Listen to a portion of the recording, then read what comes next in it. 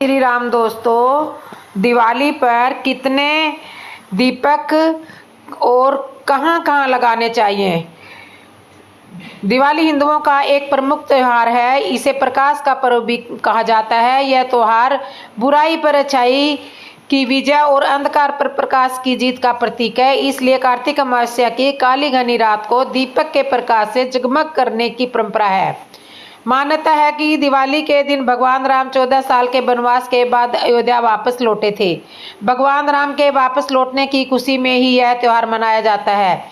इस दिन लोग अपने घरों को फूल, रंगोली, रंग बिरंगी लाइटों और दीपों से सजाते हैं और घर में सुख, समृद्धि और शांति के लिए भगवान गणेश और माता लक्ष्मी की पूजा अर्चना करते हैं। मान्यता है कि जब भगवान राम वनवास पूरा करने के बाद अपनी नगरी अयोध्या वापस लौटे थे, तब उनके स्वागत और खुशी में अयोध्या के लोगों ने अपने घरों और पूरी अयोध्या नगरी को दीपक जलाकर सजाया था। इसी कारण दिवाली के दिन अपने घर को दीपकों से सजाने की परंपरा है। दिवाली का पर्व 5 दिन का पर्व होता है। पांचों दिन दीपक जलाए जाते हैं। आइए जानते हैं कि दिवाली पर कितने दीपक जलाने शुभ माने जाते हैं। दीपक को किन स्थानों पर जलाना चाहिए और किस दिन कितने दीपक जलाने की परंपरा है। धनतेरस के दिन जलाया जाता है पहला दीपक। दिवाली के पर्व की शुरुआत धनतेरस के दिन से हो जाती है। इसी दिन दिवाली के पर्व का पहला दीपक जलाया जाता है। धनतेरस के दिन जलाया जाने वाला यह दीपक मृत्यु के देवता माने जाने वाले यमदेव को समर्पित होता है। यह दीपक धनतेरस के दिन शाम के समय घर के मुख्य द्वार के बाहर दक्षिण दिशा में जलाया जाता है। इस दीपक को जलाने के पीछे मान्यता है कि ऐसा करने से घर में यमदेव का प्रकोप नहीं होता और परिवार में किसी की अकाल मृत्यु नहीं होती। यह दीपक सरसों के तेल से जलाया जाता है। दीपक जलाने के बाद इस बात का ध्यान रखें कि घर का कोई भी सदस्य फिर घर के बाहर ना जाए। दिवाली पर कितने दीपक जलाने चाहिए। हिंदू धर्म में यह मान्यता है कि शुभ कार्यों में हमेशा विषम संख्या में ही दीपक जलाए जाते हैं, जैसे 5, 7, 9, 11, 51, 101। दिवाली पर सरसों के तेल के दीपक जलाने की परंपरा है। मान्यताओं के अनुसार दिवाली पर कम से कम 5 दीपक जलाना जरूरी होता है। दिवाली पर इन स्थानों पर दीपक जलाएं। दिवाली शुभ और समृद्धि का त्यौहार है। अलग अलग स्थानों पर दीपक जलाना शुभ माना जाता है। पूजा स्थल दिवाली के दिन एक दीपक घर के मंदिर या पूजा स्थल में जरूर लगाना चाहिए। इससे देवी लक्ष्मी और भगवान गणेश का आशीर्वाद मिलता है। तुलसी के पौधे के पास दिवाली पर एक दीपक तुलसी के पौधे के पास जरूर लगाना चाहिए। ऐसा करने से माँ लक्ष्मी की कृपा होती है और परिवार में सुख समृद्धि बनी रहती है। तिजोरी या धन रखने के स्थान पर जहां आप पैसे या गहने रखते हैं, उस स्थान के पास दीपक जलाना चाहिए और धन को स्थायी रूप से बढ़ाने में सहायक माना जाता है। मुख्य द्वार पर घर के मुख्य द्वार पर दीपक जलाने से सकारात्मक ऊर्जा और समृद्धि घर में प्रवेश करती है। यह लक्ष्मी जी के स्वागत का प्रतीक माना जाता है। पीने का पानी दिवाली पर एक दीपक उस स्थान पर लगाना चाहिए जहां से पूरे परिवार के पानी पीने का जल भरा जाता है। रसोई में दीपक जलाना मां अन्नपूर्णा का आशीर्वाद पाने का प्रतीक माना जाता है और घर में अन्न और समृद्धि लाती है। खिड़कियां और बालकनी घर की सभी खिड़कियों और बालकनी दरवाजों पर दीपक जलाने से पूरे घर में रोशनी फैलती है और नकारात्मक ऊर्जा दूर होती है। आंगन या छत घर के आंगन या छत पर भी दीपक जलाने से पूरे घर में उजाला रहता है और यह नकारात्मक शक्तियों को दूर करता है। तो इस तरह से दीपक दिवाली के दिन दीपक लगाने चाहिए। माता लक्ष्मी की उत्पत्ति कैसे हुई? दिवाली की कथा। माता लक्ष्मी की उत्पत्ति के विषय में विरोधाभास पाया जाता है। एक कथा के अनुसार माता लक्ष्मी की उत्पत्ति समुद्र मंथन के दौरान निकले रत्नों के साथ हुई थी, लेकिन दूसरी कथा के अनुसार वे भृगु ऋषि की बेटी है। दरअसल पुराणों की कथा में छुपे रहस्यों को जानना थोड़ा मुश्किल होता है, इसे समझना जरूरी है। आपको शायद पता ही होगा, किसी पुराण के अनुसार ब्रह्मा, विष्णु और महेश के माता पिता का नाम सदाशिव और दुर्गा बताया जाता है। उसी तरह तीनों देवियों के भी माता पिता रहे हैं। शास्त्रों के अनुसार देवी लक्ष्मी का जन्म शरद पूर्णिमा के दिन हुआ था। कार्तिकेय का जन्म भी शरद पूर्णिमा के दिन ही हुआ था। कार्तिक कृष्ण अमावस्या को उनकी पूजा की जाती है। लक्ष्मी शब्द दो शब्दों के मेल से बना है, एक लक्ष्य तथा दूसरा मी, अर्थात लक्ष्य तक ले जाने वाली देवी लक्ष्मी। अन्य नाम श्री देवी, कमला, धन्या, हरिवल्लभ जी, विष्णु प्रिया, दीपा, दीप्ता, पदप्रिया, पद सुंदरी, पदामावती, पदावती, पदाभरिया, पद्मिनी, चंद्र सरोदरी, पृष्टि, वसुंधरा आदि नाम प्रमुख है। माता लक्ष्मी का मुख्य त्योहार दिवाली है।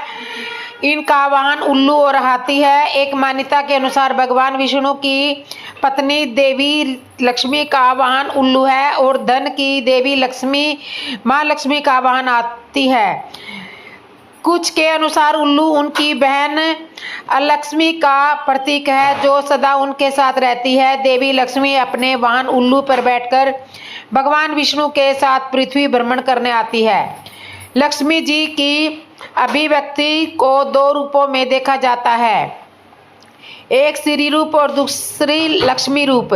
श्री रूप में वे कमल पर विराजमान है और लक्ष्मी रूप में वे भगवान विष्णु के साथ हैं। महाभारत में लक्ष्मी माता के विष्णु पत्नी लक्ष्मी एवं राज लक्ष्मी दो प्रकार बताए जाते हैं। एक अन्य मान्यता के अनुसार लक्ष्मी के दो रूप हैं, भूदेवी और श्रीदेवी। भूदेवी धरती की देवी है और श्रीदेवी स्वर्ग की देवी है। पहली उर्वरा से जुड़ी है, दूसरी महिमा और शक्ति से। भूदेवी सरल और सहयोगी पत्नी है, जबकि श्रीदेवी चंचल है। दीपावली पर लक्ष्मी जी की पूजा गणेश जी के साथ की जाती है। वैसे देवी लक्ष्मी की पूजा भगवान विष्णु के साथ ही होती है। जहाँ ऐसा नहीं होता, वहाँ लक्ष्मी की बड़ी बहन अलक्ष्मी निवास करती है। अलक्ष्मी माता लक्ष्मी के 8 विशेष रूपों को कहा जाता है।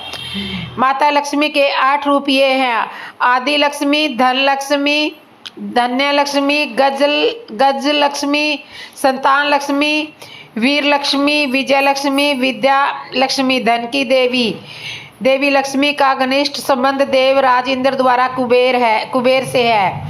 इंद्र देवताओं तथा स्वर्ग के राजा है और तथा कुबेर देवताओं के खजाने के रक्षस के पद पर आसीन है। देवी लक्ष्मी ही इंद्र तथा कुबेर को इस प्रकार का वैभव, राशि, सत्ता प्रदान करती है। समुद्र मंथन की लक्ष्मी को धन की देवी माना जाता है।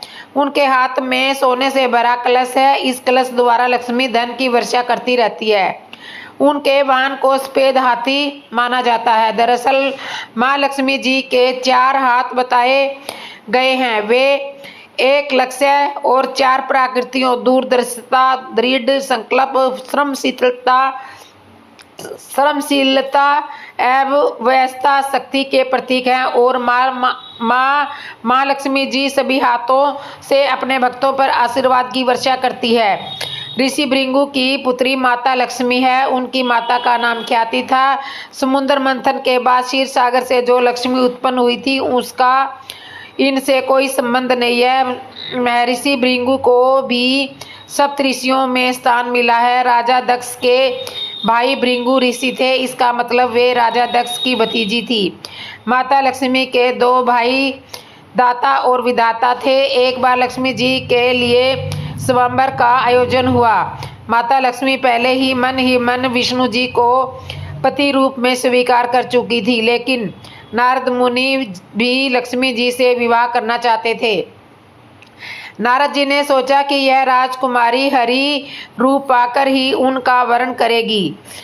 तब नारद जी विष्णु भगवान के पास हरि के समान सुंदर रूप मांगने पहुंच गए। विष्णु भगवान ने नारद जी की इच्छा के अनुसार उन्हें हरि का रूप दे दिया। हरि रूप लेकर जब नारद राजकुमारी के स्वयंवर में पहुंचे तो उन्हें विश्वास था कि राजकुमारी उन्हें ही वरमाला पहनाएगी, लेकिन ऐसा नहीं हुआ। राजकुमारी ने नारद को छोड़कर भगवान विष्णु के गले में वरमाला डाल दी। नारद जी वहां से उदास होकर लौट रहे थे तो रास्ते में एक जलाशय में उन्होंने अपना चेहरा देखा। अपने चेहरे को देखकर नारद हैरान रह गए, क्योंकि उनका चेहरा बंदर जैसा लग रहा था। हरि का एक अर्थ विष्णु होता है और एक वानर होता है। भगवान विष्णु के नारद को वानर रूप दे दिया था। नारद समझ गए कि भगवान विष्णु ने उनके साथ छल किया है। उनको भगवान पर बड़ा क्रोध आया।